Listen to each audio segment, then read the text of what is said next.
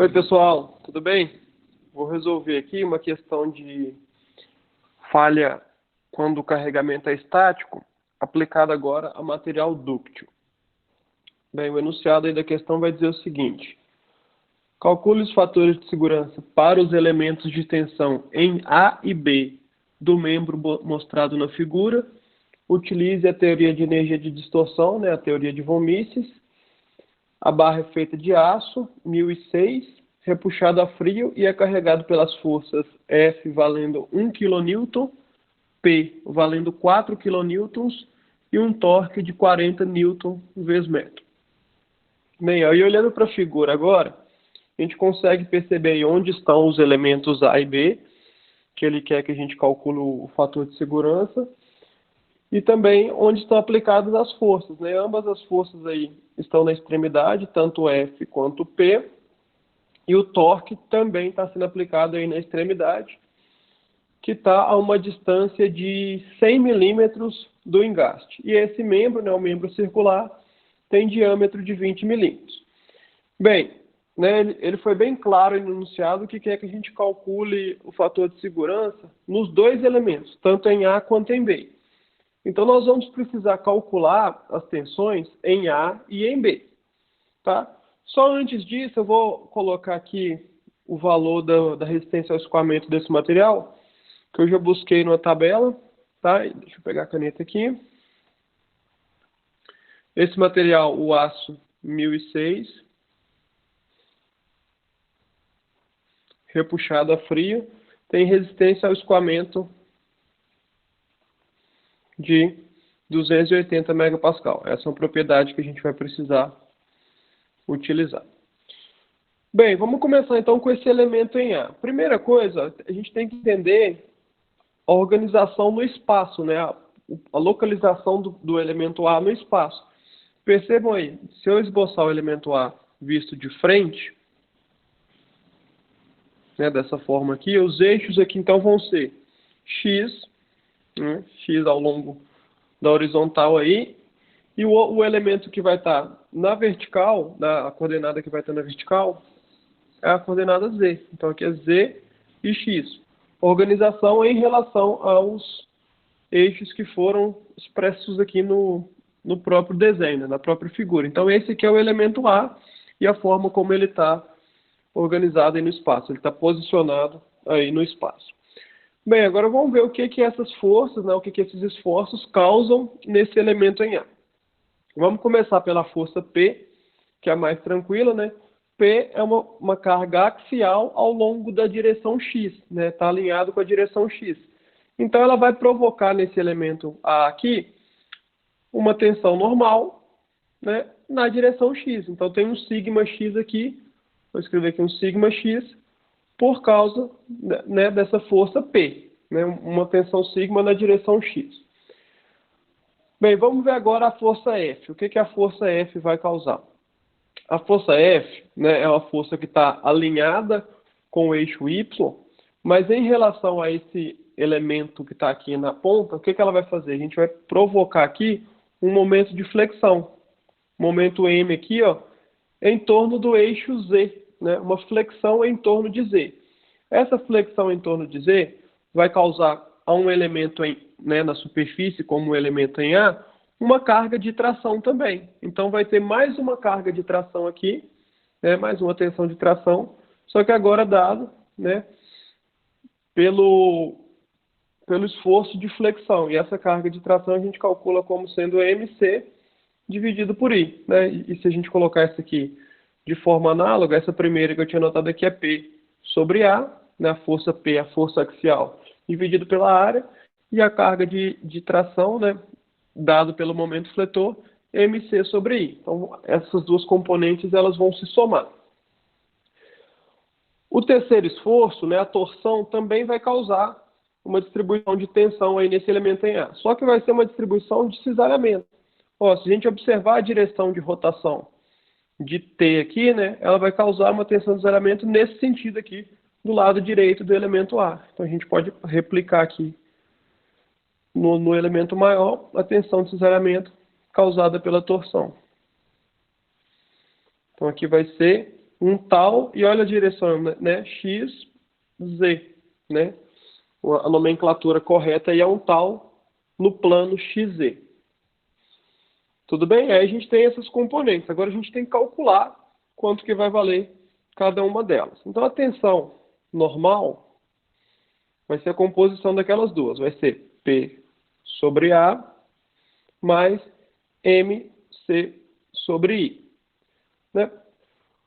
Já considerando que o elemento agora, né, é um elemento circular, né, esse membro aí é um componente circular, a gente pode calcular a área dele como sendo πd2 dividido por 4. Então, substituindo aqui na fórmula, vai ficar 4 vezes P dividido por πd2.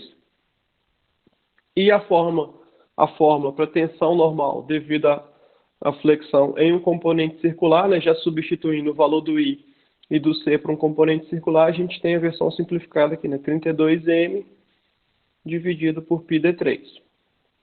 Certo? Aí o valor de M vai ser F vezes esse braço, né? Então M é igual a F vezes 0,1, que é 100 milímetros. O valor de P foi dado, 4 kN, e o valor do diâmetro é 20 milímetros. Aí é só substituir todo mundo, a gente chega a uma tensão normal aí de 140, aproximadamente 140,1 megapascal. Tá? Agora vamos calcular a tensão de isolamento, o tal, XZ, né, ou ZX. Ele a fórmula da tensão de isolamento devido ao torque é TC sobre J, né, ou T-ρ sobre J. Aí a gente pode substituir também para um componente circular, 16T dividido por πd3. O T vale 40, o D é 20 milímetros de novo. Substituindo essa galera aqui, a gente chega na tensão de isolamento de 25,5 megapascal. 25,5 megapascal. Aí é o seguinte, a gente calculou as componentes cartesianas dos esforços, né? Agora a gente pode transformar essas componentes cartesianas na componente efetiva, a componente de von Mises, né? Aquela que a gente geralmente chama de sigma linha, para poder usar o critério de von Mises depois. Então agora a gente tem que calcular essa tensão efetiva. Eu vou escrever aqui embaixo aqui, vou tentar escrever menorzinho aqui. Sigma linha para um estado plano de tensão vai ser igual a sigma x ao quadrado, menos sigma x, sigma z, né? Lembrando que a gente está trabalhando no plano zx, então sigma x, sigma z, mais sigma z ao quadrado, mais 3 tal xz ao quadrado. Aí, depois de fazer essa operação, a gente tira a raiz de todo mundo aqui. Lembrando que o sigma x é esse sigma que a gente calculou aqui, né? Ele está orientado com a direção x, e na direção z não tem tensão normal. Então, sigma z igual a zero. Substituindo sigma x e o tal xz aqui nessa equação, eu encontrei uma tensão efetiva, ou tensão de von Mises, de 146,8 megapascal. Aproximadamente 146,8 megapascal. Então, a tensão efetiva no elemento A é 146,8. Se a gente quiser calcular o fator de segurança, né, que é o que foi pedido, o que a gente faz agora? Olha só, o fator de segurança pode ser encontrado assim, ó. A tensão efetiva igual a SY sobre N. Se a gente quer calcular o N, vai ser SY sobre o sigma linha. Isso é, o SY é do material, né, a resistência ao escoamento do material, 280 dividido por 146,8. Então, aí dá um fator de segurança de aproximadamente 1,91. Então, o elemento A, vamos deixar anotado aqui, o elemento A tem fator de segurança de 1,91. Vamos fazer agora a mesma análise para o elemento B, né? Calcular as tensões, depois de calcular as tensões, calcular a tensão efetiva, ou chamada tensão de von Mises, e aí comparar com a resistência de escoamento, né, do material. Vamos lá, no elemento B, deixa eu esboçar ele aqui de uma vez. Ele é tal, O elemento B, diferente do elemento A, o elemento B está no plano XY, né? Então, vou colocar o Y aqui, X aqui, o elemento B está orientado nessa posição. Vamos lá, novamente, a carga P, né, ao longo de X aí, vai fazer uma carga de tração, uma carga axial de tração. Então, a gente tem aqui, né, deixa eu escrever aqui seu elemento B, tem uma carga aí de tração dada de novo por P sobre A, né? Pela força P dividido pela área do componente, a gente tem a carga de tração aqui em B.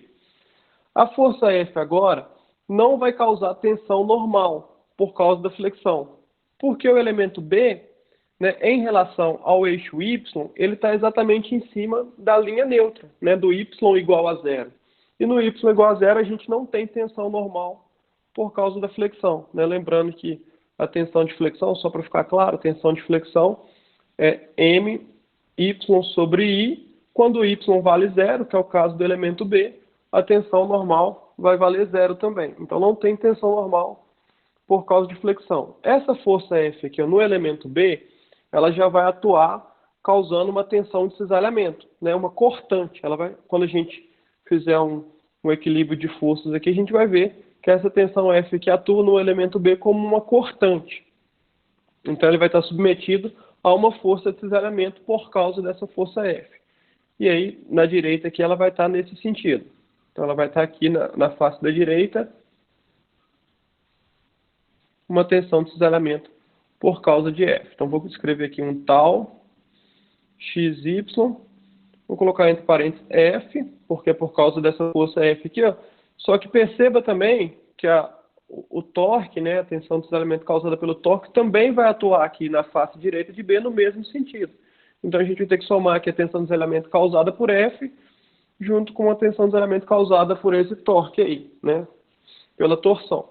Então, agora é aquela ideia de calcular os módulos, tanto de σx, né, a tensão na direção x, quanto de tal xy. Σx, nesse caso, é simplesmente 4 vezes P dividido por π d2. É P sobre A, né? Só que aí, colocando a área do elemento circular, π d2 sobre 4, aí a gente pode substituir aí 4 vezes 4.000 dividido por π vezes 0,02, que é os 20 milímetros, ao quadrado. Aí eu encontrei aqui uma tensão normal de 12,73 megapascal. E aí, a tensão do cisalhamento, ela vai ser a composição de duas, né? Então, o XY vai ser 16, né, igual no caso anterior, 16T dividido por πd3, que é a tensão do cisalhamento por causa da torção, só que agora ela tem mais uma componente, que é o cisalhamento por causa da cortante, né? E aí, nesse caso, que é um elemento circular, o cisalhamento por causa da cortante vai ser calculado como sendo 4/3 da força cortante dividido pela área. 4/3 do valor da força cortante pela área.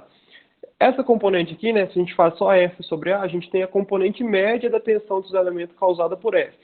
Só que no elemento B, por ele estar na região centralizada aí, vai ser o valor máximo da força de cisalhamento causado pela cortante. A gente calcula por um componente circular como sendo 4/3 vezes F sobre A. Aí também é só substituir, o F vale 1 kN, né, vale 1000, a área é π d2 dividido por 4, o T vale 40. Substitui todo mundo aí, a gente chega em um valor de tensão dos elementos de 29,71 aproximadamente.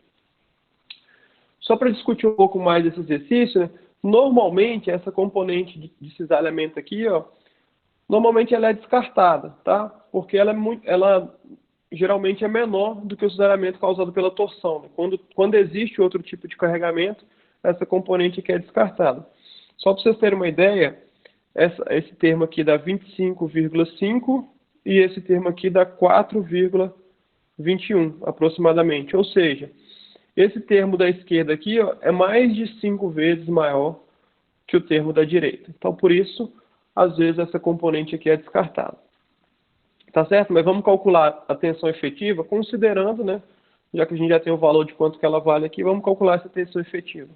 Tensão efetiva vai ser igual a σx ao quadrado aqui é menos, né? O primeiro sinal é menos, sigma x, sigma y, mais sigma y ao quadrado, mais 3 tal xy ao quadrado, tira a raiz. O sigma y vale zero, né? Então esses termos, dois termos aqui eles vão sumir. Substituindo os outros dois, a gente vai ficar com a tensão efetiva de 53 megapascal. 53 megapascal. E aí o fator de segurança para esse elemento B, vamos chamar agora de NB, só para diferenciar do outro.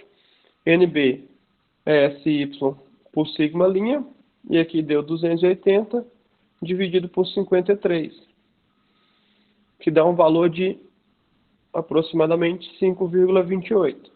Então, ó, comparando os dois, o fator de segurança do elemento B, 5,28, e do elemento A tinha sido 1,91, né? Vamos colocar aqui NA. 1,91. Ou seja, o elemento A, ele está muito mais próximo de falhar do que o elemento B. Apesar de existir uma margem de segurança relativamente tranquila, comparando os dois elementos, o elemento A tem um fator de segurança menor do que o elemento B. Tá certo? Mas era isso aí que o exercício pediu. A gente pode ficar por aqui.